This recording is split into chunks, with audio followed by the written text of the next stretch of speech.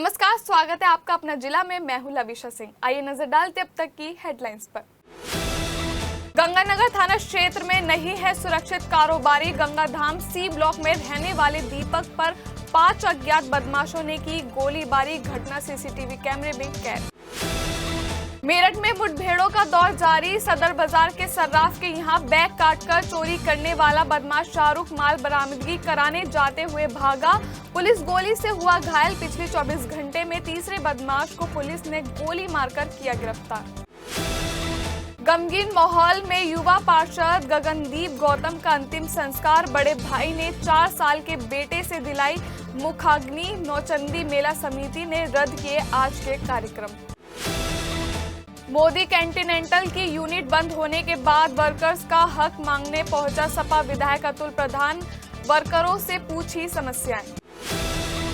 अतिक्रमण हटाने पहुंची टीम का व्यापारियों ने किया विरोध। बिना अतिक्रमण हटाए बेरंग लौटी टीम। अवैध हथियारों का हब बन चुके मेरठ में सेना का जवान। पल्लवपुरम थाना क्षेत्र से AK-47 के 70 कारतूसों के साथ सेना का जवान मेरठ में गिरफ्तार। क्या कुख्यात अनिल बंजी के लिए करता था काम? जांच में जुटी पुलिस। डीएम ने 1 करोड़ से ज्यादा की निर्माणाधीन परियोजनाओं की जानी प्रोग्रेस रिपोर्ट। सीएम डैशबोर्ड के कार्यों की भी की समीक्षा।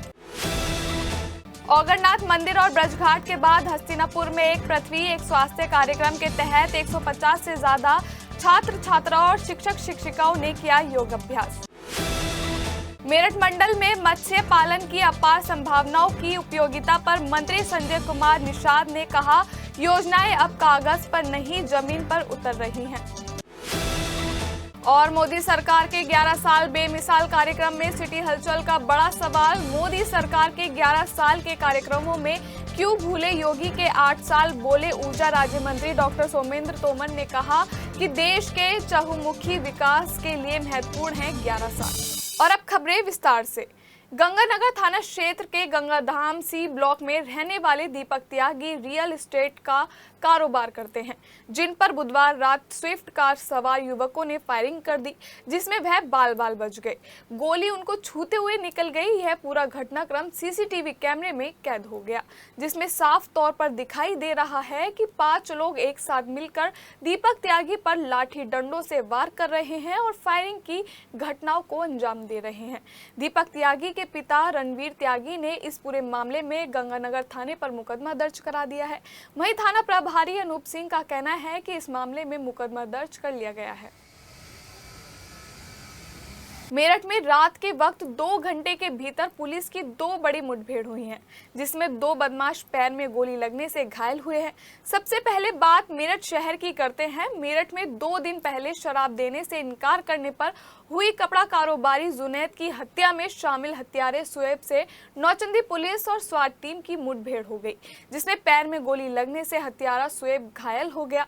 ये मुठभेड़ उस वक्त हुई जब पुलिस सुएब को गिरफ्तार कर हत्या में शामिल पिस्टल बरामद करने के लिए उसे मौका वारदात पर लेकर पहुंची थी। तभी उसने छिपाई गई पिस्टल से पुलिस पर फायरिंग कर दी और पुलिस कस्टडी से भागने की कोशिश की। तभी पुलिस की जवाबी फायरिंग में वो घायल हो गया। पुलिस ने उसके कब्जे से पिस्टल, कारतूस और खोखे बरामद किए हैं। दरअसल 2 दिन पहले लिसाड़ी गेट थाना इलाके का रहने वाला कपड़ा कारोबारी जुनैद ऐतिहासिक नौचंदी मेला देखकर अपने चचेरे भाई के साथ वापस लौट रहा था। नौचंदी थाना इलाके के हापुड़ अड्डे पर शराब पीने के दौरान बाइक सवार सुएब अपने साथियों के साथ पहुंचा था। इसी दौरान जुनैद से सुएब ने शराब मांगी और जब उसने देने से इनकार किया तो कहा सुनी हो गई और तभी सुएब ने पिस्टल से गोली मारकर जुनैद की हत्या कर दी। इस मामले में नौचंदी थाना पुलिस ने 5 लोगों के खिलाफ हत्या का मुकदमा कायम किया था और आज हत्यारोपी सुएब को गिरफ्तार किया था। नौचंदी थाना पुलिस उसे गिरफ्तार कर मौका वारदात हापुड़ अड्डे के पास पिस्टल बरामद कराने ले गई। देखिए, थाना नौचंदी क्षेत्र में 2 दिन पूर्व जुनैद नामक व्यक्ति का मर्डर हुआ था। उपरोक्त मर्डर के दृष्टिगत तत्काल थाना नौचंदी पर अभियोग पंजीकृत किया गया था।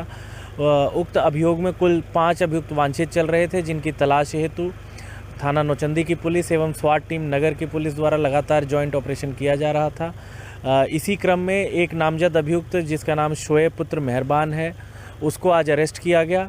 उसकी अरेस्टिंग के पश्चात उससे जो वेपन घटना में यूज़ किया गया था उसकी रिकवरी के लिए दोनों टीमों द्वारा प्रयास किया जा रहा था। तभी उसके द्वारा पुलिस टीम पर फायर किया गया। उपरोक्त फायरिंग के जवाब में पुलिस टीम द्वारा पलटकर जवाबी कार्रवाई की गई, जिससे उसके पैर में गोली लगी है। उसे उपचार हेतु भेजा गया है तथा इसमें अग्रिम विधिक कार्रवाई की जा रही है। अब बात मेरठ देहात की करते हैं। इंचौली थाना इलाके में मंसूरी पुल के नीचे चेकिंग के दौरान पुलिस पर फायरिंग करके भाग रहे 25,000 के नामी गोकश आसिफ से मुठभेड़ हो गई, जिसमें पैर में गोली लगने से वो घायल हो गया। उसके कब्जे से तमंचा, कारतूस और खोखा बरामद किया गया है। घायल आसिफ पर 25,000 का इनाम घोषित था और 8 अप्रैल को उसने गोकशी की घटना को अंजाम दिया था। घायल आसिफ को अस्पताल में भर्ती कराया गया है और उसने कई वारदातों को अंजाम देने की बात कबूल की है। पुलिस को पूछताछ में कई बड़ी जानकारियां भी हाथ लगी है। बताया जा रहा है कि आसिफ बाइक से किसी वारदात को अंजाम देने जा रहा था और जब इसे पुलिस ने रुकने का इशारा किया तो फायरिंग कर भाग निकला था। थाना क्षेत्र इंचौली में मसूरी पुल के नीचे रात में पुलिस द्वारा चेकिंग की जा रही थी। इस दौरान एक संदिग्ध बाइक सवार को जब चेक करने का प्रयास किया गया तो अचानक ही अपनी गाड़ी लेके भागने लगा। जब इसकी पुलिस द्वारा घेराबंदी की गई तो इसने पुलिस की टीम पे फायर कर दिया। पुलिस द्वारा की गई जवाबी सेल्फ डिफेंस की फायरिंग में ये व्यक्ति घायल हुआ है, जिसकी पहचान आसिफ उर्फ सोनू के रूप में हुई है, जो थाना क्षेत्र परीक्षितगढ़ के अगवानपुर का निवासी है। ये थाना इंचौली से 25,000 रुपये का पुरस्कार घोषित अपराधी है, जिसने अपने साथियों के साथ मिलकर 9/10 अप्रैल की रात में थाना क्षेत्र इंचौली के जलालपुर के खेतों में गोकशी की घटना को अंजाम दिया था, जिसमें यह वांछित था। इसके पास से एक तमंचा, कुछ कारतूस और एक मोटरसाइकिल बरामद की गई है। इसे प्राथमिक उपचार के लिए अस्पताल भेजा गया है और जो अग्रेतर विधिक कार्यवाही है वो थाना इंचौली के द्वारा निष्पादित की जा रही है। उधर मेरठ में बदमाशों के खिलाफ पुलिस का बड़ा ऑपरेशन शुरू हो गया है। इसका अंदाजा इस बात से लगाया जा सकता है कि एक ही दिन में पुलिस की कुछ घंटों के अंतराल के बाद 3 मुठभेड़ हुई हैं, जिसमें 3 बदमाश पैर में गोली लगने से घायल हो गए। अब बात करते हैं सदर थाना क्षेत्र की। यहाँ पुलिस कस्टडी में दरोगा की पिस्टल छीनकर पुलिस पर फायरिंग करने वाले चोर शाहरुख से पुलिस मुठभेड़ हो गई, जिसमें पैर में गोली लगने से चोर शाहरुख घायल हो गया, जिसे पुलिस ने अस्पताल में भर्ती करा दिया है। दरअसल कुछ वक्त पहले शामली के सर्राफा कारोबारी का बैग काटकर मेरठ के भैसाली बस स्टैंड पर लाखों की ज्वेलरी चोरी कर ली गई थी। पुलिस ने मुखबिर की सूचना के आधार पर छापा मारकर आरोपी शाहरुख, आसिफ और सलमान को गिरफ्तार कर लिया था। पुलिस ज्वेलरी के बरामदगी के लिए शाहरुख को अपने साथ लेकर जब सदर बाजार थाना इलाके के स्टेशन के पास पहुंची तो वहां दरोगा ने पुलिस की पिस्टल छीनकर फायरिंग कर दी और जवाबी फायरिंग में पैर में गोली लगने से शाहरुख घायल हो गया। एसपी सिटी आयुष विक्रम सिंह का कहना है कि शाहरुख बेहद शातिर है और पूछताछ में कई बड़े अहम सुराग भी हाथ लगे हैं। देखिए, कुछ दिन पहले थाना सदर बाजार के वैशाली बस स्टैंड से एक व्यापारी जो कि शामली से मेरठ आ रहे थे, बस में कुछ चोरों द्वारा उनके बैग में रखे हुए आभूषण चोरी कर लिए गए थे। इस घटना में सुसंगत धाराओं में मुकदमा पंजीकृत किया गया था तथा पुलिस की 2 टीमें इसमें लगाई गई थी। इसमें सीसीटीवी कैमरे और मुखबिर खास की सूचना के आधार पर इसमें 3 लोग चिन्हित हुए थे, जिसमें जिनके नाम आसिफ, शाहरुख और सलमान है। इन तीनों को ही कल देर रात्रि पुलिस द्वारा गिरफ्तार किया गया था। इसमें जो आभूषण है उनकी रिकवरी के लिए जब शाहरुख को ये कैंट रेलवे स्टेशन के पास जो उसने छिपा रखा था उसको लेके जाया जा रहा था, तब शाहरुख द्वारा पुलिस की जो उप निरीक्षक थे उनकी वेपन छीनकर भागने का प्रयास किया। जब पुलिस द्वारा इसका पीछा किया गया तो उसने पुलिस पर फायरिंग की है, जिसकी जवाबी कार्रवाई में इसके पैर पे गोली लगी है। इसे उपचार हेतु जिला अस्पताल में एडमिट कराया गया है। जो चोरी हुए आभूषण थे वो करीब 1.25 किलो चांदी वो बरामद कर लिए गए हैं। फिलहाल इसे उपचार हेतु अस्पताल में एडमिट कराया गया है और इसे माननीय न्यायालय सामने आज पेश किया जाएगा। आवश्यक 21 जून को अंतर्राष्ट्रीय योग दिवस के मौके पर एक पृथ्वी एक स्वास्थ्य कार्यक्रम के तहत पौराणिक महत्व की जगहों पर आयुष मंत्रालय के आदेश पर योगाचार्य द्वारा सूर्य नमस्कार के साथ अन्य आसन किए गए। इस कार्यक्रम में महिलाओं और युवाओं ने विशेष योगदान दिया। हस्तिनापुर जैसे सांस्कृतिक स्थल पर योग के जरिए पर्यटन स्थल स्थापित करने की दिशा में यह एक बड़ा कदम है। इस मौके पर स्वामी कल्याण देव डिग्री कॉलेज के प्राचार्य डॉक्टर महेश ने सभी लोगों का स्वागत किया और कमेटियों के जरिए संदेश देने की कोशिश की कि चौधरी चरण सिंह विश्वविद्यालय आध्यात्मिक और सांस्कृतिक मूल्यों का जनमानस के साथ जोड़ने की कोशिश कर रहा है। उधर चौधरी चरण सिंह विश्वविद्यालय में भी योग गुरु करमवीर के नेतृत्व में योग की कई क्रियाएं की गई। और आसन के माध्यम से स्वस्थ रहने के तरीके बताए गए और दैनिक जीवन में हम योग का क्या लाभ ले सकते हैं इसके बारे में भी बताया गया। विकास भवन सभागार में जिलाधिकारी डॉक्टर वीके सिंह की अध्यक्षता में 1 करोड़ से बड़ी निर्माण परियोजनाओं की प्रोग्रेस रिपोर्ट और विकास कार्यों की प्रगति के साथ मुख्यमंत्री डैशबोर्ड के कार्यों की समीक्षा बैठक में जनपद की रैंकिंग सुधारने के लिए मंथन किया गया। बैठक में ग्राम्य विकास विभाग, बेसिक शिक्षा विभाग के अंतर्गत पीएम श्री विद्यालय, उत्तर प्रदेश राज्य सेतु निगम, विद्युत विभाग, जल निगम, कारागार विभाग, सिंचाई विभाग, लोक निर्माण विभाग, दुग्ध विकास विभाग, चिकित्सा शिक्षा, कृषि शिक्षा एवं अनुसंधान, नमामि गंगे एवं जलापूर्ति विभाग की प्रोग्रेस रिपोर्ट देखी और निर्माण कार्यों में गुणवत्ता के आधार पर प्रगति रिपोर्ट पर भी विचार विमर्श हुआ। राजकीय इंटर कॉलेज माचरा, थाना सरूरपुर में हॉस्टल, पुलिस लाइन में बहुउद्देशीय ऑडिटोरियम का निर्माण, जिला कारागार में 4 नंबर बैरक का निर्माण, शहीद स्मारक का सौंदर्यीकरण, पूट खास में महाभारत कालीन अति प्राचीन पांडेश्वर महादेव मंदिर का पर्यटन जैसी योजनाओं के विकास कार्य आदि निर्माण कार्यों की समीक्षा कर आवश्यक दिशा निर्देश दिए गए। इस अवसर पर CDO Nupur Goyal, CMO doctor Ashok Kataria, PDDRDA Sunil Kumar Singh, जिला कृषि अधिकारी बीएसए सहित अन्य संबंधित अधिकारी उपस्थित रहे। सरधना में दोराला रोड के बाद नानू पुलिस चौकी भी बनकर तैयार हो गई है। गुरुवार को एसएसपी विपिन ताड़ा ने विधिवत हवन पूजन कर पुलिस चौकी का उद्घाटन किया। उद्घाटन समारोह में पुलिस अधिकारियों के अलावा नगर के तमाम गणमान्य लोग शामिल हुए। एसएसपी ने बताया कि नई चौकियों को हाई टेक प्रणाली के तहत तैयार किया गया है। ऑनलाइन सीसीटीवी कैमरों से लैस पुलिस चौकी में मिनी थाने के जैसे सभी सुविधाएं मौजूद हैं। उन्होंने बताया कि इन चौकियों से कुशल यातायात संचालन के साथ साथ अपराध नियंत्रण में भी सहायता मिलेगी। साथ ही कांवड़ यात्रा या अन्य प्रकार के आयोजन में भी चौकी पर मौजूद पुलिसकर्मी अहम भूमिका निभाएंगे। उन्होंने चौकी निर्माण में सहयोग के लिए स्थानीय लोगों का भी आभार जताया है। एसएसपी ने बताया कि भमोरी और अट्रेना पुल चौकी भी जल्द तैयार कर ली जाएगी, जिनका सीधा फायदा आम जनता को मिलने वाला है। सरधना थाना क्षेत्र में ही ये दूसरी चौकी है, नानू पुल चौकी, जिसका उद्घाटन आज हो रहा है। इसके अलावा भविष्य में 2 और चौकियां हैं जो अभी निर्माणाधीन है और ये सभी कार्य जो हमारे इंस्पेक्टर हैं प्रताप सिंह और सीओ साहब हैं जायसवाल साहब, उनके नेतृत्व में स्थानीय जनता के सहयोग से, जो हमारे साथी हैं उनके सहयोग से ये काम संभव हुए हैं और इसका लाभ क्षेत्र की जनता को मिलेगा, यहाँ आने जाने वाले यात्रियों को मिलेगा, यहाँ से गुजरने वाले कांवड़ियों को मिलेगा, ताकि 24 घंटे यहाँ पर पुलिस की सुविधा उपलब्ध होगी और अपराध नियंत्रण में बहुत सहयोग मिलेगा। यहाँ पर अत्याधुनिक कैमरे भी लगाए गए हैं, जिससे कि जितने भी रास्ते यहाँ से पार हो रहे हैं चौराहे से, इन सब पर नज़र रखी जाएगी और लगातार वाहनों की भी आवश्यकता अनुसार चेकिंग यहां से की जा सकती है। मेरठ मंडल के मत्स्य पालन को सबसे सशक्त और विकसित क्षेत्र के रूप में और मछुआ समाज के उत्थान के लिए कई परियोजनाएं शुरू हो चुकी हैं। मंत्री डॉक्टर संजय कुमार निषाद ने बताया कि मछुआरों के लिए विशेष परियोजनाएं शुरू होने जा रही हैं, जिससे मछुआरों का जीवन स्तर भी ऊंचा उठेगा और आर्थिक दशा भी बेहतर होगी। इसलिए मछुआ समाज को परंपरागत जीविका से जोड़ा जा रहा है और निषाद राजबोट योजना, मछुआ दुर्घटना बीमा योजना जैसी 2 दर्जन से ज्यादा योजनाओं के द्वारा जोड़ा जा रहा है, जिससे मछुआरा समाज प्रदेश की अर्थव्यवस्था में योगदान दे सके। उन्होंने कहा कि जाति जनगणना से मछुआरे समाज की 10 से ज्यादा उपशाखाओं को सत्ता में भागीदारी करने का अवसर मिलेगा और यह ऐतिहासिक फैसला निषाद पार्टी के संघर्ष का परिणाम है।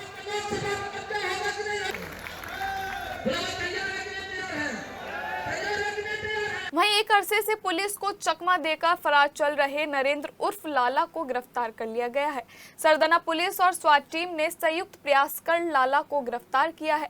नरेंद्र उर्फ लाला सरधना के बपारसी गांव का रहने वाला है और उस पर हत्या और हत्या के प्रयास जैसे कई संगीन मामले दर्ज हैं। 4 साल पहले उस पर मेरठ पुलिस की तरफ से 10,000 का इनाम घोषित किया गया था। गुरुवार अल सुबह लाला को मेरठ करनाल हाईवे से गिरफ्तार कर लिया गया है। पूछताछ के बाद उसे जेल भेज दिया गया है। वार्ड 67 कैलाशपुरी के भाजपा पार्षद गगनदीप गौतम का गुरुवार दोपहर गमगीन माहौल में अंतिम संस्कार कर दिया गया। इस दौरान मृतक गगनदीप गौतम के भाई ने गगनदीप के 4 वर्षीय बेटे से मुखाग्नि दिलवाई। गगनदीप गौतम की 2 दिनों से ब्लड प्रेशर की प्रॉब्लम चल रही थी और गुरुवार की सुबह जिम करने के बाद उनकी तबीयत अचानक बिगड़ी और वे खुद स्कूटी चलाकर न्यूटीमा अस्पताल पहुंच गए, जहां पर हार्ट अटैक से उनकी मौत हो गई। गगनदीप की निधन की खबर पूरे शहर में फैल गई और घर पर शुभचिंतकों की भीड़ लग गई। दोपहर में गगनदीप गौतम का अंतिम संस्कार का वैदिक रीतियों के अनुसार कर दिया गया, जिसमें शहर के गणमान्य लोगों सहित भाजपा और आरआरएस के स्वयंसेवक पहुंचे और 2 मिनट का मौन रखकर श्रद्धांजलि दी। 38 वर्षीय गगनदीप गौतम ने पार्षद का चुनाव निर्दलीय लड़ा था और जीत दर्ज की थी। जीतने के बाद वह बीजेपी में शामिल हो गए थे। उनके परिवार में एक बेटी और एक बेटा है।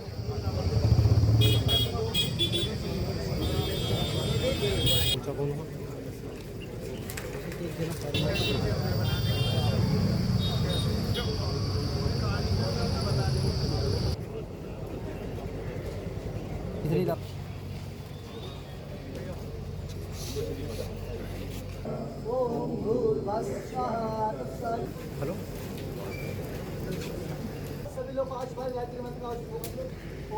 मोदीपुरम मोदी कॉन्टिनेंटल बंद करने की कवायद जैसे जैसे तेज हो रही है, वैसे वैसे मजदूर भी एकजुट हो रहे हैं। मजदूरों ने इसके विरोध में गुरुवार को मोदी कॉन्टिनेंटल के मुख्य द्वार पर बैठकर धरना प्रदर्शन किया।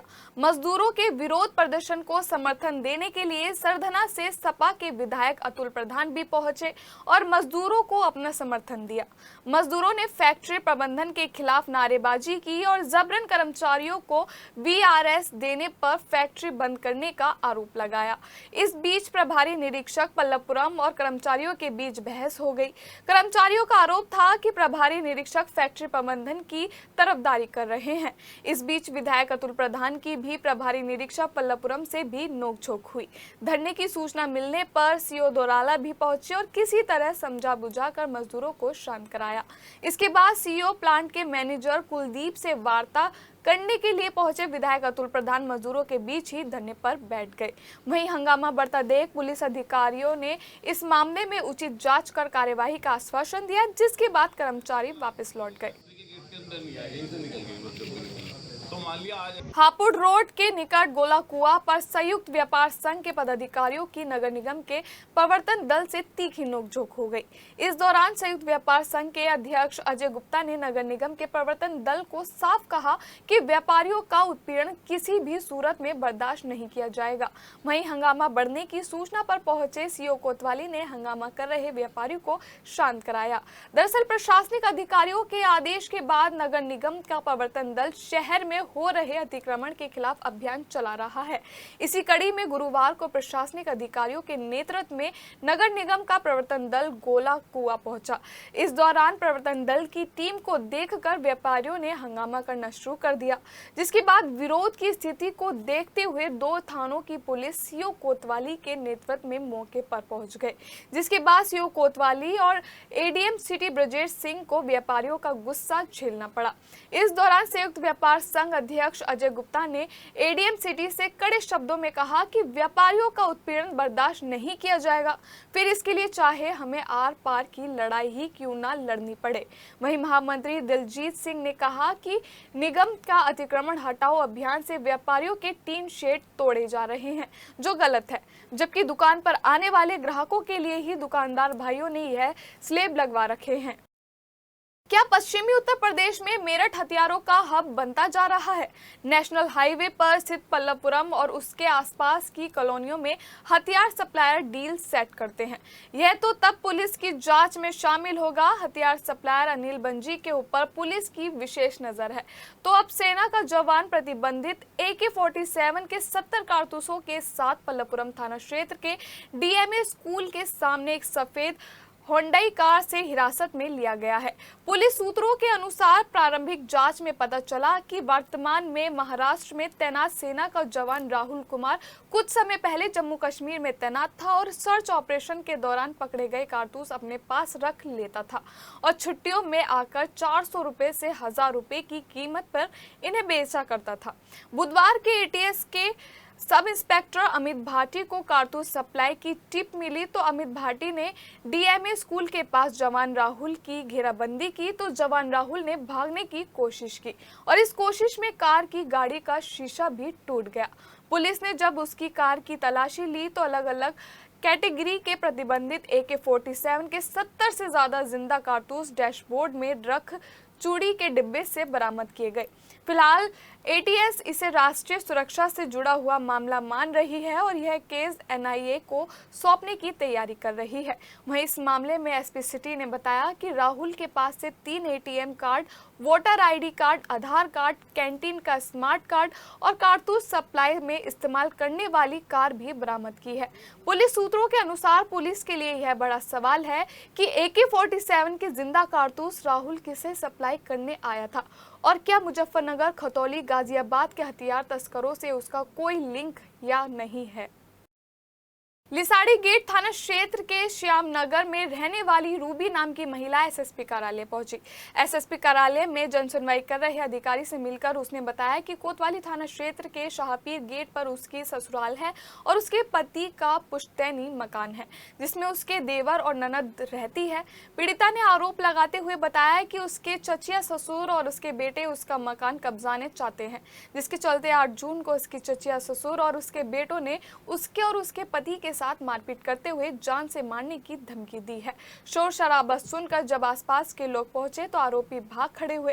पीड़िता ने जनसुनवाई कर रहे अधिकारी से आरोपियों के खिलाफ कार्यवाही की मांग की। पीड़िता की बात सुनकर जनसुनवाई कर रहे अधिकारी ने पूरे मामले की जांच करवाकर उचित कार्यवाही का आश्वासन दिया। सर, मामला ये है कि मेरे जो ससुराल वाले हैं, मेरी शादी को 13 साल होने वाले हैं। मैं शादी करके अपनी ससुराल ही आई थी और 3 साल पहले इन्होंने मेरे साथ बहुत मारपीट की, ठीक है ना, बहुत ज्यादा मारपीट की थी। तो फिर मैंने इनकी FIR की थी, लेकिन FIR करने के बाद इन लोगों ने थाने में सेटिंग कर ली और इन्होंने घर आने के बाद में गन निकाल ली और ये कहा तुम्हारे शौहर को मार देंगे और मेरा हाथ पकड़ के घर से निकाल दिया मारपीट के। रास्ते में 2-4 लोग लगा दिए इन्होंने, जो गाड़ी पे हमारे पीछे करा और उन्होंने हमें रास्ते में रोका। उन्होंने हमें धमकी दी खुलेआम कि तुम्हें हम जान से मरवा देंगे। मुझे, मेरे शौहर को, मेरे देवर को बिल्कुल खुली धमकी दे रखी है उन्होंने कि हमें जान से मार देंगे। ये हमारे सलीम चचा हैं, मेरे बेबी चाचा हैं, जो मेरे ससुर हैं, चचिया ससुर, ठीक है। चीज को लेकर मकान को लेकर है विवाद, क्यों हमारा हिस्सा हमें नहीं दे रहे हैं, ना उसमें रहने दे रहे हैं। दिल्ली गेट थाना क्षेत्र के पूर्वा अहमदनगर में रहने वाले अर्शी जमाली नाम की महिला एसएसपी कार्यालय पहुंची। एसएसपी कार्यालय में जनसुनवाई कर रहे अधिकारी से मिलकर उसने बताया कि 2018 में उसने हैदर इलाही नाम के युवक से निकाह कर लिया था। निकाह का पंजीकरण विवाह निबंधन अधिकारी चतुर्थ के समक्ष 30 मार्च 18 में करवाया गया था। पीड़िता ने बताया कि वो अपने पति के साथ रहना चाहती है, लेकिन उसके परिजन उसका विरोध कर रहे हैं। पीड़िता की बात सुनने के बाद जनसुनवाई कर रहे अधिकारी ने उन्हें सुरक्षा का आश्वासन दिया है। जिला कांग्रेस कमेटी के पदाधिकारी और कार्यकर्ताओं ने गुरुवार को राहुल गांधी का जन्मदिन धूमधाम से मनाया। कार्यकर्ताओं ने सर्वप्रथम राहुल गांधी के चित्र के सामने केक काटकर खुशियां मनाई। तत्पश्चात सभी कांग्रेसी महानगर अध्यक्ष रंजन शर्मा के नेतृत्व में शास्त्री नगर स्थित गुरुद्वारा रोड के जीवांश ब्लड बैंक पहुंचे और कार्यकर्ताओं ने रक्तदान किया। इस दौरान दर्जनों कार्यकर्ताओं ने रक्तदान कर जरूरतमंद लोगों के लिए ब्लड एकत्र किया। रक्तदान के दौरान जिला कांग्रेस कमेटी के महानगर अध्यक्ष रंजन शर्मा ने कहा कि भारतीय जनता पार्टी के नेता और कार्यकर्ता कांग्रेस और राहुल गांधी के बारे में कुछ भी बोलते रहे, लेकिन राहुल गांधी को देश की जनता प्यार करती है। इसलिए आज सभी कांग्रेस कार्यकर्ताओं ने जरूरतमंद लोगों के लिए रक्तदान किया है ताकि जरूरत पड़ने पर लोगों को ब्लड मिल सके। उन्होंने कहा कि राहुल गांधी की भारत जोड़ो यात्रा ने भारतीय राजनीति की दिशा बदल दी है। प्रेमिका के परिवार ने प्रेमी की जबरदस्त पिटाई कर डाली और जेल भिजवाने की धमकी दी तो प्रेमी प्रवीण ने घर पहुंचकर अपने ऊपर थिनर छिड़क कर आग लगा दी, जिसमें वो 50% से ज्यादा जल गया। गंभीर हालत में उसे तुरंत अस्पताल में भर्ती कराया गया और जैसे ही प्रेमिका सोनी को यह बात पता चली तो वो फांसी के फंदे पर झूल गई और मौत को गले लगा लिया। प्रवीण और सोनी की इस दर्दनाक कहानी का सबसे बड़ी पहलू ये है कि प्रवीण के परिवार ने सोनी के परिवार पर प्रवीण को धमकाने और आत्महत्या करने के लिए उकसाया और सोनी की भी पिटाई की। प्रवीण को बचाने के चक्कर में प्रवीण के परिजन भी जल गए। एसपी सिटी आयुष विक्रम सिंह ने बताया कि दोनों प्रेमी और प्रेमिका सहजातीय थे। कंकरखेड़ा थाना क्षेत्र के रोटा रोड स्थित अनूपनगर फाजलपुर के रहने वाले प्रवीण ने अपने घर में खुद को आग लगा दी। आग लगने से प्रवीण बुरी तरीके से झुलस गया, जबकि उसकी प्रेमिका सोनी ने अपने घर में फांसी लगाकर आत्महत्या कर ली। वहीं अचानक हुई इस घटना के बाद क्षेत्र में हड़कंप मच गया। इस बात की सूचना मिलते ही मौके पर पहुंची पुलिस ने घटना स्थल का जायजा लिया और सोनी के शव को मोर्चरी के लिए भिजवाया। घटना के बाद प्रवीण की मां शीतल देवी ने बताया कि उनके पड़ोस में पप्पू का परिवार रहता है। पप्पू की बेटी सोनी और उनके बेटे प्रवीण के बीच कई सालों से प्रेम चल रहा है। उन्होंने बताया कि सोनी के भाई शंकर दीपक और उसकी भाभी सविता ने प्रवीण को अपने घर के अंदर खींचकर उसे जान से मारने की धमकी देते हुए उसकी बुरी तरीके से पिटाई कर दी थी, जिसे प्रवीण काफी परेशान था और उसने अपने घर के अंदर आकर खुद को थिनर डालकर आग लगा ली, जिससे प्रवीण पूरी तरीके से झुलस गया था और उसका इलाज अस्पताल में चल रहा है। उसके बाद सोनी के भाई शंकर दीपक और भाभी सविता ने सोनी को फांसी लगाकर जान से मार दिया है और हमारे ऊपर झूठा आरोप लगा रहे हैं। उधर कंकरखेड़ा कार्यवाहक एसएसआई रामगोपाल का कहना है कि प्रवीण ने खुद को आग लगाई है, जिसका अस्पताल में इलाज चल रहा है और बाद में सोनी को डांटने पर उसने अपने घर में खुद को फांसी लगाकर आत्महत्या कर ली है। पल्लापुरम थाना क्षेत्र के रुड़की रोड पर दो बाइक सवार बदमाशों ने एक महिला को सम्मोहित कर उसे अंगूठी, कानों के कुंडल और 2000 रुपए लेकर फरार हो गए। पीड़ित ने फोन पर थाना पल्लापुरम पुलिस को घटना की सूचना दी। वहीं घटना की सूचना पर थाना अध्यक्ष पल्लापुरम मौके पर पहुंचे, जहां पर पीड़ित ने आप बीती सुनाई। पीड़िता की तहरीर पर अज्ञात बदमाशों के खिलाफ मुकदमा दर्ज कर उनकी तलाश की जा रही है। एकता नगर की रहने वाली रूपा चौहान ने बताया कि वह बुधवार को टाइल्स लेने के लिए रुड़की रोड स्थित राजस्थान मार्बल्स पर गई थी। जब वह टाइल्स लेकर वापस आ रही थी तो कोणार्क कॉलोनी के गेट के पास पीछे से बाइक पर आ रहे दो युवकों ने उसे रोक लिया। उन्होंने महिला से बातें करनी शुरू की और सम्मोहित करते हुए महिला के कानों की कुंडल और हाथों की अंगूठी के अलावा 2000 रुपए लेकर वहां से फरार हो गए। काफी देर बाद जब पीड़िता को होश आया तो उसने अपने परिजनों को इसकी सूचना दी। परिजनों ने थाना पुलिस को सूचित किया। घटना की सूचना पर थाना अध्यक्ष पल्लापुरम रमेश चंद्र शर्मा मौके पर पहुंचे और घटना की जानकारी ली। पीड़िता की तहरीर पर थाना पल्लापुरम में अज्ञात युवकों के खिलाफ मुकदमा दर्ज कर लिया गया है। एनसीआरटीसी ने नमो भारत कॉरिडोर के करीब 300 पिलर्स और सार्वजनिक संपत्तियों पर लगाए पोस्टर्स और अवैध सामग्री प्रचार सामग्री को हटाने का अभियान चलाया। साथ ही साथ अवैध प्रचार सामग्री चिपकाने वालों के विरुद्ध कड़ा रुख अपनाया जा रहा है। इसके अलावा उन्हें नोटिस देने की भी तैयारी की जा रही है। इस तरह की गतिविधियों में संलिप्त पाए जाने वाले व्यक्तियों और संस्थानों पर सख्त कानूनी कार्यवाही की जाएगी। एनसीआरटीसी द्वारा चलाए गए विशेष अभियान के तहत गाजियाबाद में नमो भारत कॉरिडोर के 300 से अधिक पिलर्स से अवैध पोस्टर, बैनर और अन्य प्रचार सामग्री हटाई जा चुकी है। मोदी सरकार के 11 साल बेमिसाल कार्यक्रम में सिटी हलचल के ऊर्जा राज्य मंत्री डॉक्टर सोमेंद्र तोमर से पूछा कि क्यों योगी सरकार के 8 साल 11 मोदी के 11 साल के कार्यक्रमों में बीजेपी भूल गई है। तो ऊर्जा राज्य मंत्री डॉक्टर सोमेंद्र तोमर ने खुलकर बातचीत करते हुए कहा कि योगी और मोदी की जोड़ी देश के लिए बेमिसाल है और दोनों मिलजुल कर देश और प्रदेश के विकास के लिए तमाम कार्य कर रहे हैं। पीएम सौर्य योजना से लेकर दक्षिण विधानसभा तक के विकास कार्यों के बारे में सवाल कर जानने की कोशिश की गई और जब पूछा गया कि क्यों थानों में आम आदमी की शिकायतें नहीं सुनी जाती हैं और क्यों पीड़ितों को आला अधिकारियों के यहाँ शिकायत करने जाना पड़ रहा है, तो ऊर्जा राज्य मंत्री डॉक्टर सोमेंद्र तोमर ने कहा कि कानून व्यवस्था पर और ज्यादा काम प्रदेश सरकार कर रही है। केंद्र और राज्य की सरकारों को धन्यवाद देते हुए बताया कि जितना विकास कार्य मेरठ और मेरठ की परिसीमा में 60 सालों में नहीं हुआ उससे ज्यादा विकास इन 11 सालों में हुआ है। अब लड़कियां स्कूल जाते हुए नहीं डरती हैं, बदमाशों को सरकार उनकी सही ठिकाने पर भेज रही है और सरकार की जवाबदेही फिक्स हुई है। विद्युत विभाग में तकनीकी आधुनिकीकरण के दौर में लगातार सुचारू बिजली देने की सरकार कोशिश कर रही है, उसमें काफी हद तक सफल भी हुई है। देखिए सिटी हलचल के इनपुट हेड के शर्मा के साथ ऊर्जा राज्य मंत्री डॉक्टर सोमेंद्र तोमर से विशेष बातचीत। हमारे विशेष कार्यक्रम मोदी सरकार के 11 साल क्यों है बेमिसाल। यूपी में 11 साल किस तरीके से केंद्र की सरकार को मजबूत कर रहे हैं, ये 11 साल पूरे होने के बाद ऊर्जा राज्य मंत्री डॉक्टर सोमेंद्र तोमर से बेहतर कोई नहीं बता सकता।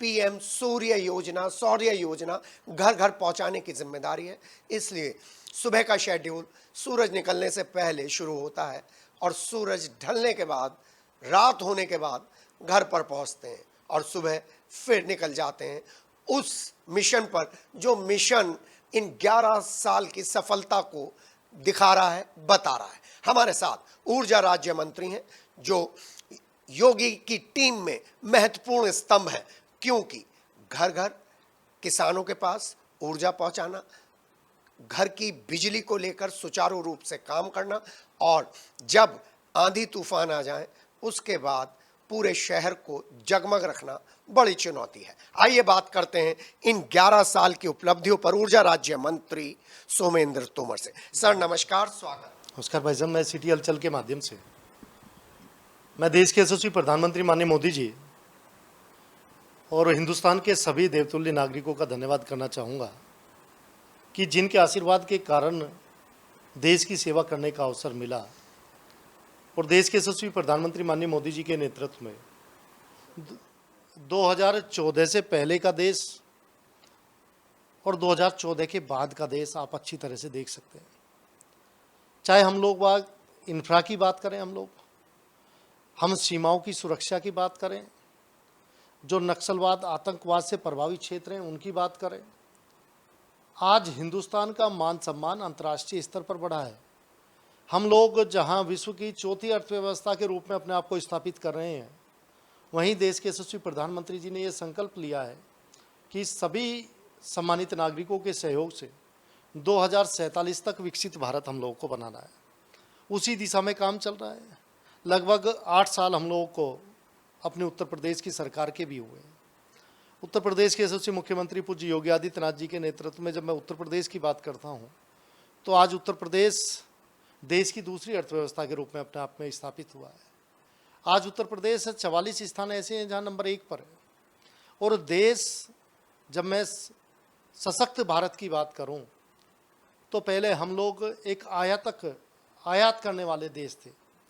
जितनी भी हमारी सुरक्षा के जितने भी सामग्री है हम आयात करते थे, लेकिन आज मुझे बताते हुए खुशी है कि हम लोग एक बड़े निर्यातक देश के रूप में आज स्थापित हुए हैं। आज ब्रह्मोस जैसी हमारी जो स्वनिर्मित मिसाइल्स हैं, आपने देखा होगा ऑपरेशन सिंदूर में हम लोगों ने टारगेट करके जहां पर आतंकवाद को पनाह देने वाले लोग, आतंकवाद को बढ़ाने वाले लोग जहां पर छिपे हुए थे, उन्हें टारगेट करके वहां पर भारतीय सेना ने जो हिंदुस्तान का सम्मान बढ़ाने का काम किया और उन लोगों को वहीं पर उनको टारगेट करके वहाँ निशाना बनाया और किसी भी आम आदमी को कोई नुकसान नहीं हुआ। ये आज भारतीय सेना की ताकत है। आज जब मैं नक्सलवाद की बात करता हूँ तो लगभग समापन की ओर है और अभी हमारे माननीय गृह मंत्री जी ने कहा भी है कि 2026 तक भारत को नक्सलवाद से मुक्त किया जाएगा।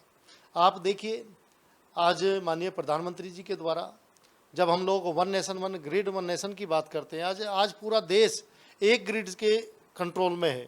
आज one ration card one nation, आज आयुष्मान कार्ड की दिशा में, यानी सरकार की इतनी योजनाएं। आज मैं गरीब लोगों की जब हम लोग बात करते हैं तो गरीबी रेखा से लगभग 27 करोड़ लोगों को देश के यशस्वी प्रधानमंत्री जी के प्रयास से, उनके जो प्रण है, संकल्प है, उसके माध्यम से बाहर किया गया है।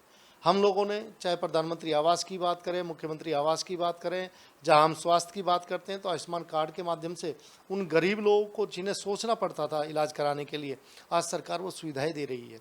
आज आपने देखा होगा ऑपरेशन सिंदूर में जो हमारी मातृशक्ति है, उन्होंने जिस तरह से नेतृत्व किया, देश के यशस्वी प्रधानमंत्री 33% आरक्षण महिलाओं के लिए लेकर आए हैं और ये करने वाली पहली सरकार।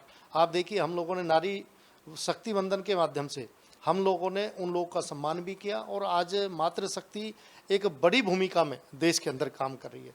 हम लोग यदि बिजली की बात करूं, मैं ऊर्जा की बात करता हूं, तो देश के यशस्वी प्रधानमंत्री की प्राथमिकता पे ऊर्जा विभाग है। आज देखिए आप, सोलर के क्षेत्र में हम लोग चाहे पीएम सूर्य घर की बात हम लोग करें, माननीय प्रधानमंत्री जी ने कहा कि सभी जगह हम लोग जो सोलर पैनल्स हैं, सोलर प्लांट्स हैं, उन पे हम लोग आगे बढ़ रहे हैं। और जब मैं प्रदेश की बात करूं तो आज उत्तर प्रदेश देश के अंदर सबसे ज़्यादा पावर सप्लाई करने वाला प्रदेश बना है। लगभग 31,000 मेगावाट बिजली सप्लाई हम लोगों ने की है। और जब प्रदेश के अंदर समिट होती है तो उसमें 33,50,000 करोड़ का निवेश आता है, तो उसका 33% निवेश सिर्फ सोलर एनर्जी के लिए होता है। तो आज सोलर की तरफ आकर्षण है, हम लोग बड़ी तेज़ी के साथ उस दिशा में आगे बढ़ रहे हैं। कुसुम योजना के माध्यम से मुझे बताते हुए खुशी है कि हम लोग आज किसानों के लिए, और जब मैं ट्यूबवेल्स की बात करता हूं तो ट्यूबवेल्स के लिए 100% उन्हें फ्री बिजली देकर ये उत्तर प्रदेश सरकार ने एक बड़ा काम किया है। आज हम लोग खाद्यान्न की बात करते हैं तो आज हमारी भारतीय सेना के पास पर्याप्त मजबूत, हमारे पास वातानुकूलित, उनके पास चाहे उनके मैं बात करूं कॉस्ट्यूम की बात, सारी वो चीज़ें जो आज आवश्यकता हैं वो सारी चीज़ें आज देश की सेना के पास हैं। देश की सेना का जज्बा आज आप देख सकते हो, और सेना ये बार बार कहती भी है कि अब हम लोग को फ्री कर दिया गया है, ये छूट दी गई है कि यदि कोई एक गोली चलाता है तो उसको ठीक से जवाब दिया जाए। आज हमारी सीमाएं सुरक्षित हैं। देश में जिस तरह से मैं कह सकता हूं कि हम लोग बिल्कुल ट्रांसपेरेंसी के साथ, अभी हमारी पुलिस की भर्ती हुई, इतनी बड़ी पुलिस भर्ती जिसमें कोई पर्ची नहीं चली, किसी की कोई सिफारिश नहीं चली, योग्यता के आधार पर उनका सिलेक्शन हुआ है। आज बड़ी संख्या में हम लोग ट्रांसपेरेंसी के साथ उस दिशा में आगे बढ़ रहे हैं। जब मैं डीबीटी की बात करता हूं तो आज सभी लाभार्थियों के खाते में डायरेक्ट पैसा उनके अकाउंट में पहुंच रहा है, जो जनधन योजना के माध्यम से एक बड़ा हम लोगों के द्वारा अकाउंट खोले गए। माननीय प्रधानमंत्री जी ने आह्वान किया तो देश आज विश्व गुरु बनने की तरफ आगे बढ़ा है। उत्तर प्रदेश में अगर सरकार ना बनी होती और योगी जी की सरकार ना होती तो 11 साल इतने सुनहरे ना होते। देखिए, उसका मैं एक उदाहरण आपको दे सकता हूँ। 2014 में देश में सरकार बनी और हम लोग जहाँ पर हैं मेरठ में, यहाँ पर ये दिल्ली मेरठ एक्सप्रेस वे बनना था। सरकार की प्राथमिकता पर था कि हम लोग कनेक्टिविटी की दिशा में आगे बढ़ेंगे।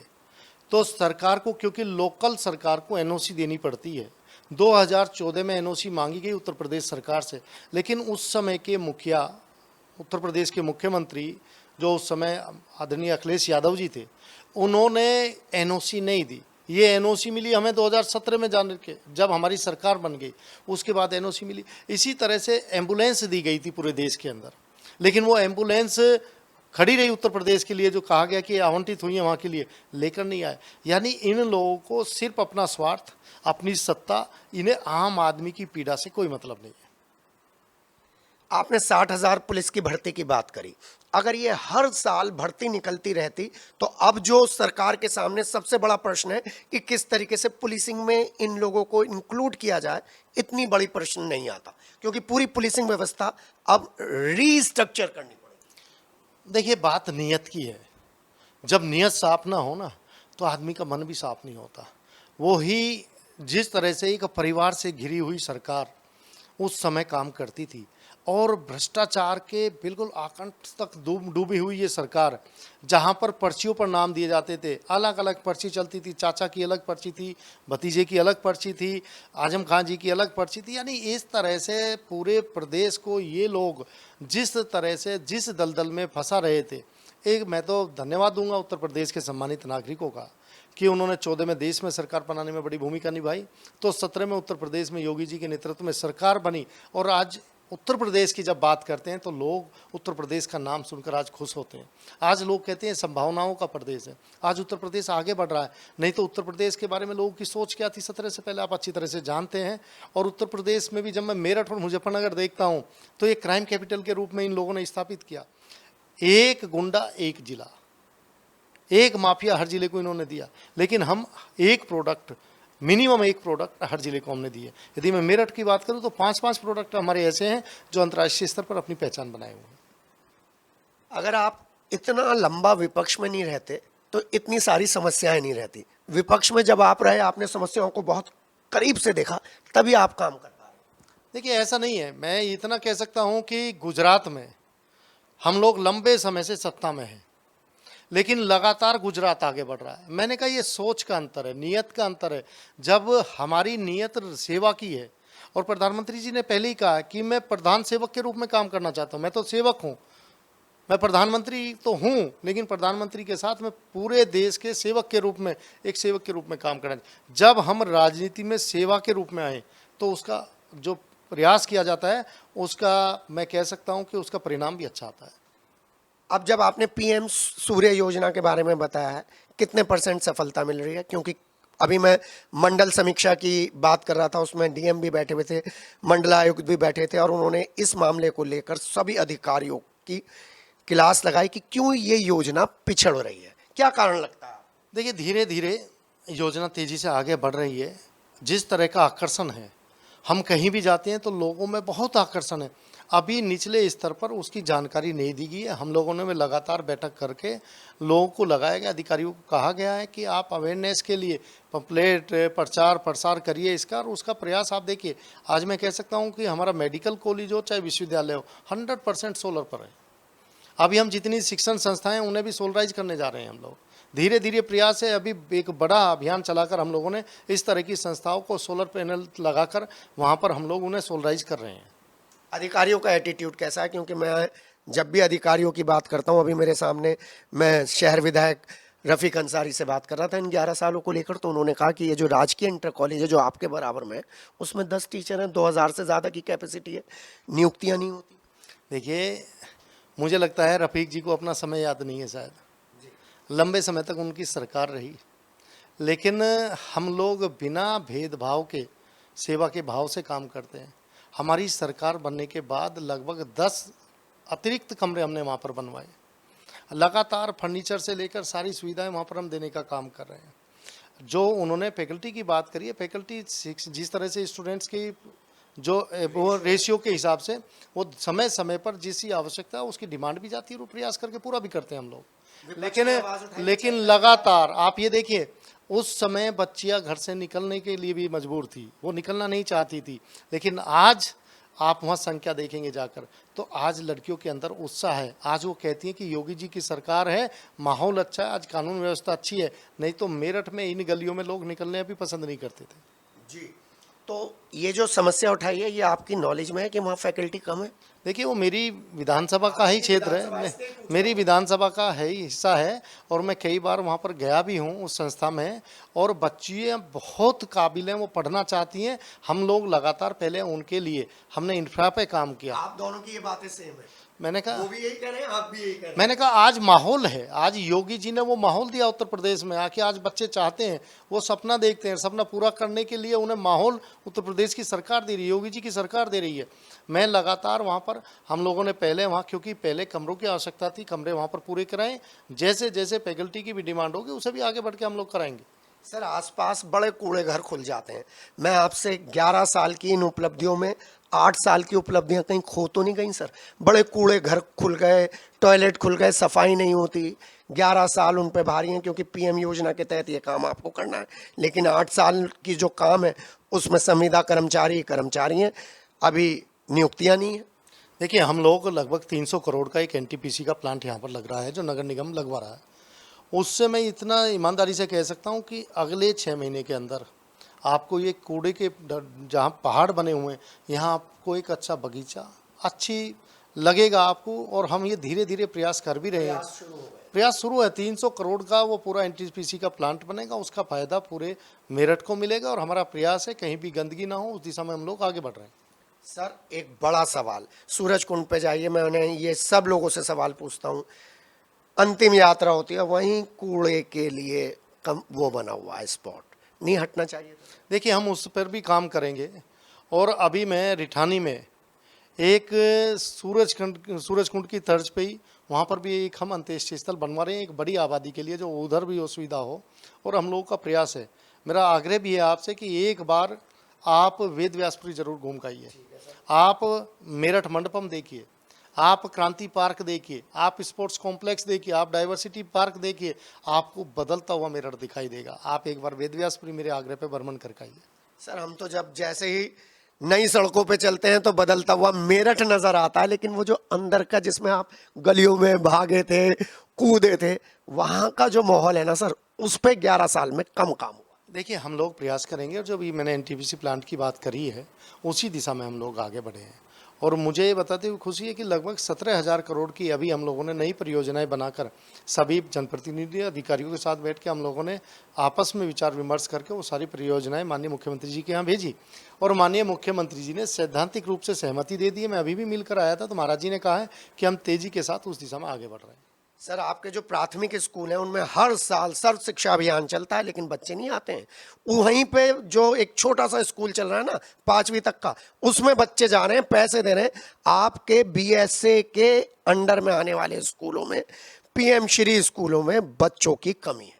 देखिए हम लोगों ने मिशन कायाकल्प के माध्यम से, और जब मैं बेसिक शिक्षा की बात करता हूँ तो बहुत बदलाव आपको सरकारी स्कूलों में दिखाई देगा। देखिए मैं तो सरकारी स्कूल में पढ़ के आया, हमें याद है, हाँ वही 7.5 रुपये फीस हम लोग 6 महीना की देते थे।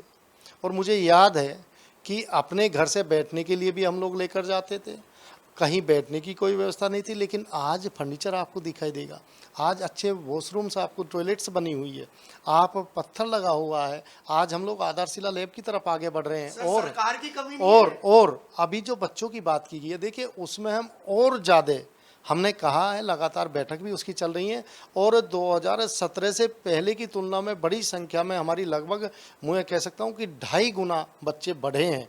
लगातार रजिस्ट्रेशन हो रहा, जैसे जैसे क्वालिटी सुधर रही है उसी तरह से बच्चों का रुझान भी उधर बढ़ रहा है। सर अभी तो बीएसए के ट्रांसफर रोक दिए, सारी चीजों पे खुद योगी जी ने नजर डाली है, क्यों? देखिए ये ऐसा कोई खास विषय नहीं, कहीं ना कहीं कुछ गड़बड़ है। नहीं, कोई इस तरह का विषय नहीं है। लेकिन महाराज जी सब विभाग की मॉनिटरिंग करते हैं लगातार, वो जैसे जैसे आवश्यकता, अभी क्योंकि एडमिशन्स का वो चल रहा, हो सकता है कि जुलाई के बाद इस दिशा में आगे बढ़ जाए। मैं देखिए जैसे हम लोगों ने अभी ये वन विभाग की हम लोग बात करते हैं, तो क्योंकि हमारा 1 जुलाई से 7 जुलाई तक एक वृक्षारोपण का वृहद अभियान चलेगा, उसी तरह से शिक्षा के क्षेत्र में क्योंकि अभी एडमिशन्स हुए हैं, अभी सेशन शुरू होगा, महाराज जी की प्रायोरिटी पे, और महाराज जी पूरी मैं कह सकता हूँ कि उनकी लगन, उनका जो प्रयास है, पूरी सजगता के साथ महाराज जी एक एक चीज़ को देखते हैं जैसे आवश्यकता होगी, और हमें किसी से कंप्रोमाइज करने की आवश्यकता नहीं है। सरकार पूरी तरह से जो प्रदेश के हित में वो निर्णय लेने के लिए पूरी तरह से महाराज जी करते हैं उस दिशा में। सर एक अच्छी बात भी है और उसी में एक थोड़ा सा चिंता वाली बात भी है। पहले पुलिस सुनती नहीं थी, एसएसपी ऑफिस भी नहीं पहुंचती थी, लेकिन अब थाने नहीं सुनते, एसएसपी के यहाँ लोग पहुंचते हैं। ये शिकायतें आती हैं आपके पास? देखिए निचले स्तर पर दिक्कत है, मैं इस बात को स्वीकार करता हूं, लेकिन लगातार शीर्ष स्तर पर हम लोगों ने और सीनियर अधिकारियों को बताया गया है कि थोड़ा सा थाना लेवल पर सुधार की आवश्यकता है, और उस दिशा में लगातार आप देख भी रहे होंगे कि निरीक्षण भी हो रहे हैं और ऐसे लोगों पर कार्रवाई भी की जा रही है। सर आप ही के पार्टी के लोग जब पीड़ा में आते हैं, जयकरण गुप्ता जी का है, आशु रस्तोगी जी का है, ये सारे लोग सही होते हुए भी पुलिस के उत्पीड़न से, देखिए दोनों, क्वेश्चन मैंने कहा दोनों विषय पे मैं कह सकता हूं, चाहे आशु रस्तोगी वाला विषय हो, कार्रवाई हुई है, कार्रवाई की गई है, लेकिन थाने का एटीट्यूड बड़ा नेगेटिव है। देखिए मुझे लगता है कि देखिए जो नियम संगत है उस हिसाब से एक प्रक्रिया के तहत हम लोग उधर बढ़े हैं। देखिए हम लोग लोकतंत्र में विश्वास करते हैं, सरकार के साथ साथ लोकतंत्र में आम आदमी की आवाज़, और मैं कह सकता हूं कहीं ये मैसेज नहीं जाना चाहिए कि भी ये लोग सरकार में इन्होंने गलत, बिल्कुल कानूनी प्रक्रिया के तहत सारी चीज़ें की गई हैं।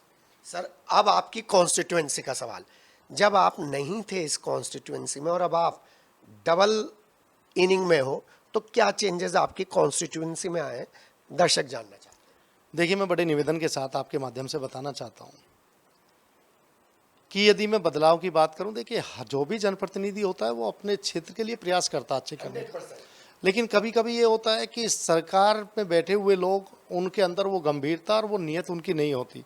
लेकिन 2017 के बाद मैं ईमानदारी से कह सकता हूं कि मैंने माननीय मुख्यमंत्री जी से जो आग्रह किया, माननीय मुख्यमंत्री जी का पूरा आशीर्वाद मेरठ दक्षिण विधानसभा पे रहा है। और आज आप देख सकते हैं कि मेरठ की 7 विधानसभाओं में आप सबसे ज़्यादा सभी लोगों ने प्रयास किया है, लेकिन क्योंकि संभावनाएं मेरठ दक्षिण में ज़्यादा है क्योंकि वो नया क्षेत्र है। तो आज आप देखिए, मैंने मेरठ मंडपम की बात करी, मैंने क्रांति पार्क की बात करी, मैंने डाइवर्सिटी पार्क की बात करी, मैंने स्पोर्ट्स कॉम्प्लेक्स की बात करी, मैंने IT पार्क की बात कर रहा हूँ, मैं मेरठ दिल्ली एक्सप्रेस भी शुरू हुआ तो मेरठ के अंदर हुआ, और एक ब्लॉक है हमारा, एक डिग्री कॉलेज महरौली में बनकर तैयार हो गया, एक इंटर कॉलेज हमारा आप देखेंगे तो गगोल में इंटर कॉलेज लड़कियों के लिए राजकीय इंटर कॉलेज बन जो आपकी सपना था, ये महाराज जी के आशीर्वाद से सब संभव हो पाया। दूसरा, गगोल तीरथ जो भगवान विश्वामित्र की तपोस्थली रही है, आप देखिए 2017 से पहले वहाँ क्या हालत थी, आज आप वहाँ जाके देखिए तो आपको बड़ा बदलाव दिखाई देगा।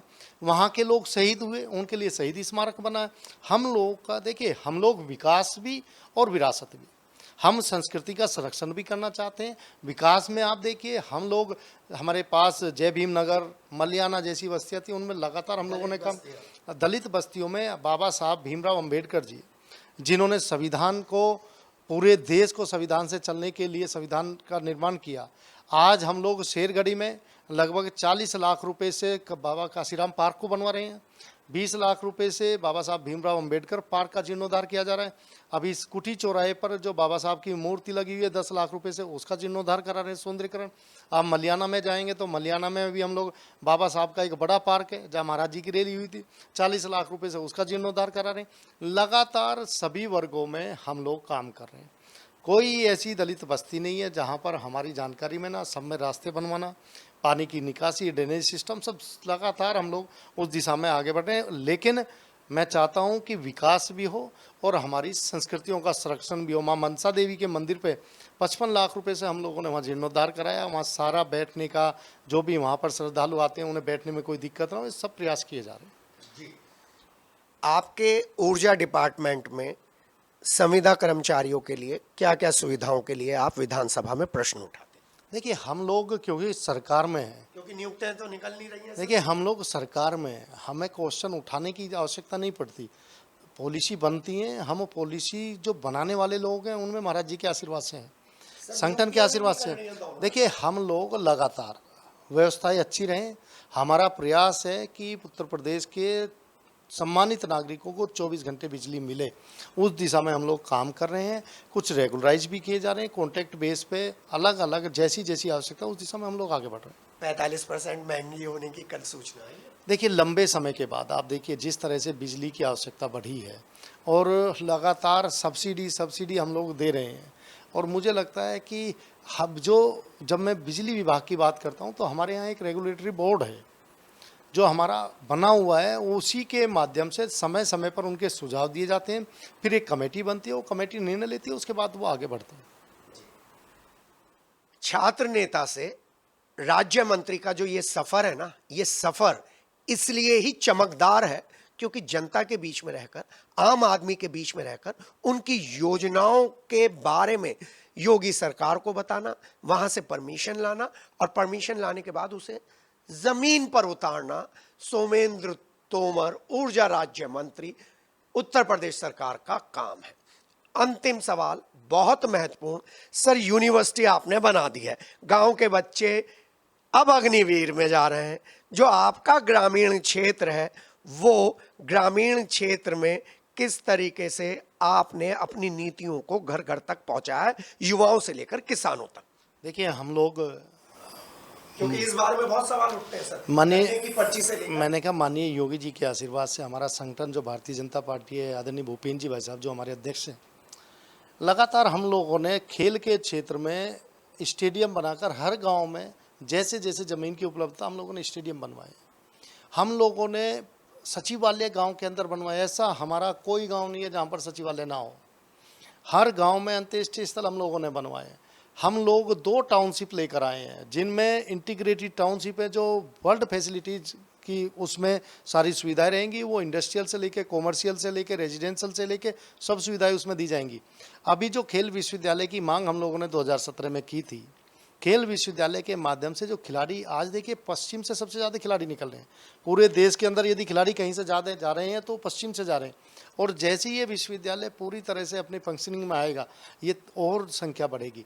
आप ये देखिए, जो अग्निवीर की आपने बात करी है, कि जितने भी विकसित देश की हम बात करते हैं तो उनमें ये हमसे पहले से योजना लागू होती है। और अभी आपने देखा होगा वही अग्निवीर जो वहाँ सेवा करने के बाद अभी पुलिस की भर्ती में भी आपने देखा होगा कि पुलिस की भर्ती में वो लोग सेलेक्ट हुए, पिता पुत्र सेलेक्ट हुए। तो ये एक ऐसी योजना है। देखिए जो लोग समय पे कुछ कर नहीं पाए वो सिर्फ अब पर क्वेश्चन मार्क बनकर रह गए हैं, लेकिन हम लोग की नीयत साफ है, मन साफ है, हम कुछ करना चाहते हैं और उस दिशा में आगे बढ़ रहे हैं। सर डीपीआर और वो जो यूरिया का जो एक मुद्दा उठाया था आपके कंटेम्प्रेरी ने, समकालीन लोगों ने, उस पर क्या करते हैं? देखिए हम लोग नैनो यूरिया के माध्यम से आप देखिए कि पहले किस तरह से कट्टे पूरे हम बोरी इकट्ठे करते थे, आज एक बोतल से वो पूरा काम हो जाता है। और यूरिया लगातार उसकी उपलब्धता आप देखिए अब सब जगह यूरिया उपलब्ध है, कहीं किसी तरह की कोई समस्या नहीं है। अपने क्षेत्र की जनता से आप क्या कहना चाहेंगे? ऊर्जा राज्य मंत्री के तौर पर आप क्या कहना चाहेंगे? देखिए मैं हृदय से धन्यवाद करना चाहूँगा अपने मेरठ दक्षिण के सभी सम्मानित देवतुल्य नागरिकों का, जिनके आशीर्वाद से मुझे 2 बार यहाँ सेवा करने का अवसर मिला और लगातार माननीय मुख्यमंत्री पूज्य योगी आदित्यनाथ जी के नेतृत्व में हम लोग काम कर रहे हैं और मेरठ दक्षिण विधानसभा को विकास के पथ पर विरासत के साथ और अपनी संस्कृति के साथ हम लोग आगे ले जाने का प्रयास करें। अपने देवतुल्य जो हमारे विधानसभा के सभी सम्मानित लोग हैं उनका आशीर्वाद बना रहे और अच्छा हम लोग भविष्य में और अच्छा काम कर पाए, ऐसा ही मेरी आग्रह है। डॉक्टर सोमेंद्र तोमर, ऊर्जा राज्य मंत्री, उत्तर प्रदेश सरकार आपके साथ थे। उन्होंने डबल वी की बात करी है, विकास और विरासत। विकास और विरासत जब हाथ में हाथ डालकर चलते हैं तो 11 साल की उपलब्धियों पर आपके जनप्रतिनिधि, चाहे वो उत्तर प्रदेश सरकार के हों चाहे केंद्र सरकार के हों, उनको सामने लाना ये मीडिया की जिम्मेदारी है, बिना बायस्ड हुए। हम ये कोशिश कर रहे हैं, इस कोशिश में हम कितने कामयाब हुए आपके फीडबैक की जरूरत है। मेरे साथ मेरे सहयोगी हैं विवेक जैन, संजय जूनियर और साथ में है अमित और मैं हूं के। योगी मोदी की टीम क्यों है उपयोगी इन 11 साल में? क्या ये सिद्ध हो पाया या नहीं हो पाया? आप हमें जरूर बताइएगा। फिलहाल लेते हैं इजाजत, बने रहिएगा सिटी हलचल के साथ। अपना जिला में फिलहाल इतना ही, हमें दीजिए इजाजत, नमस्कार।